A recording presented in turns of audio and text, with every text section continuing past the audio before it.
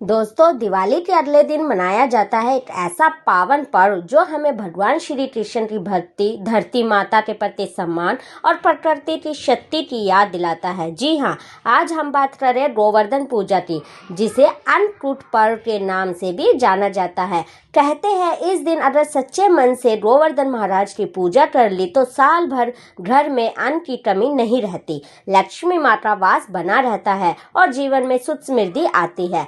पर क्या आप जानते हैं आखिर गोवर्धन पूजा की शुरुआत कैसे हुई? चलिए इस अद्भुत कथा को सुनाते हैं।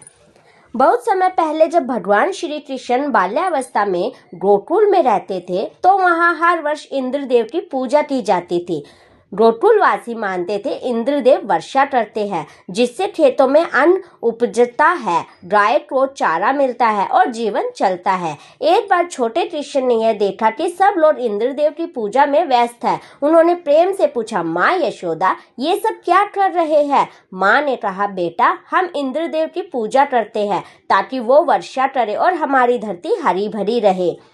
कृष्ण मुस्कुराए और बोले, माँ, वर्षा इंद्र नहीं करते बल्कि प्रकृति करती है और हमारी धरती, हमारे पहाड़, हमारे गोवर्धन पर्वत, ये सब हमारी रक्षा करते हैं। हमें तो उनका आभार मानना चाहिए। गोकुलवासी हैरान तो रह गए, पर कृष्ण के तर्क और भक्ति से प्रभावित होकर सबने इंद्र की जगह गोवर्धन पर्वत की पूजा करनी शुरू कर दी। ये बात इंद्रदेव को बहुत बुरी लगी। उन्होंने क्रोधित होकर गोकुल पर भयंकर वर्षा बरसानी शुरू कर दी। तेज हवाएं, बिजली की चमक और मूसलाधार बारिश ने पूरे गोकुल को डुबो दिया। लोग डरकर श्री कृष्ण के पास दौड़े और बोले, कान्हा, अब क्या होगा? तब बालक कृष्ण मुस्कुराए। उन्होंने अपने नन्हे हाथ की सबसे छोटी उंगली से गोवर्धन पर्वत को उठा लिया और कहा, आओ सब लोग अपनी गायों और परिवारों के साथ इनके नीचे आ जाओ। 7 दिन और 7 रात तक इंद्रदेव ने वर्षा बरसाई, पर गोकुलवासी गोवर्धन के नीचे सुरक्षित रहे। अंत में इंद्र को अपनी गलती का एहसास हुआ। वो कृष्ण के चरणों में झुक गए और बोले, प्रभु, मुझे माफ करे, मैं आपके स्वरूप को पहचान नहीं पाया। कृष्ण ने प्रेम से कहा, इंद्र, मैंने सिखाया है कि हमें प्रकृति, धरती और गोवर्धन जैसे पर्वतों का आदर करना चाहिए, क्योंकि यही हमारे जीवन का आधार है। उस दिन से हर साल कार्तिक महीने की प्रतिपदा तिथि को गोवर्धन पूजा मनाई जाती है। दोस्तों, गोवर्धन पूजा केवल एक धार्मिक परंपरा नहीं बल्कि प्रकृति के प्रति आभार व्यक्त करने का दिन है। इस दिन लोग गायों, बछड़ों और खेतों की पूजा की जाती है।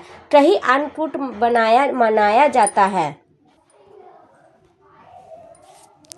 कहीं गोबर से गोवर्धन पर्वत बनाकर उसकी पूजा की जाती है। ग्रामीण क्षेत्रों में आज भी लोग घर के आंगन में मिट्टी या गोबर से पर्वत बनाते हैं। उस पर तुलसी के पत्ते, फूल, दीपक और अन्न चढ़ाते हैं।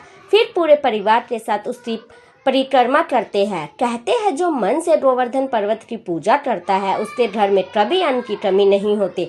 आज के समय भी गोवर्धन पूजा हमें यही सिखाती है कि हमें प्रकृति, पर्यावरण और धरती माता की रक्षा करनी चाहिए। जो हमें भोजन देती है वही असली लक्ष्मी है। इसलिए इस गोवर्धन पूजा पर सिर्फ पूजा ही नहीं बल्कि एक पेड़ लगाने का संकल्प भी ले, गाय को भोजन कराए और किसी जरूरतमंद को अन्न दान दे। यही असली अन्नकूट पूजा का अर्थ है। तो दोस्तों, इस साल गोवर्धन पूजा 2025 के दिन आप भी अपने घर में मिट्टी का गोवर्धन बनाए, उस पर दीप जलाए, तुलसी चढ़ाए और परिवार के साथ गोवर्धन महाराज की जय बोलकर पूजा करें।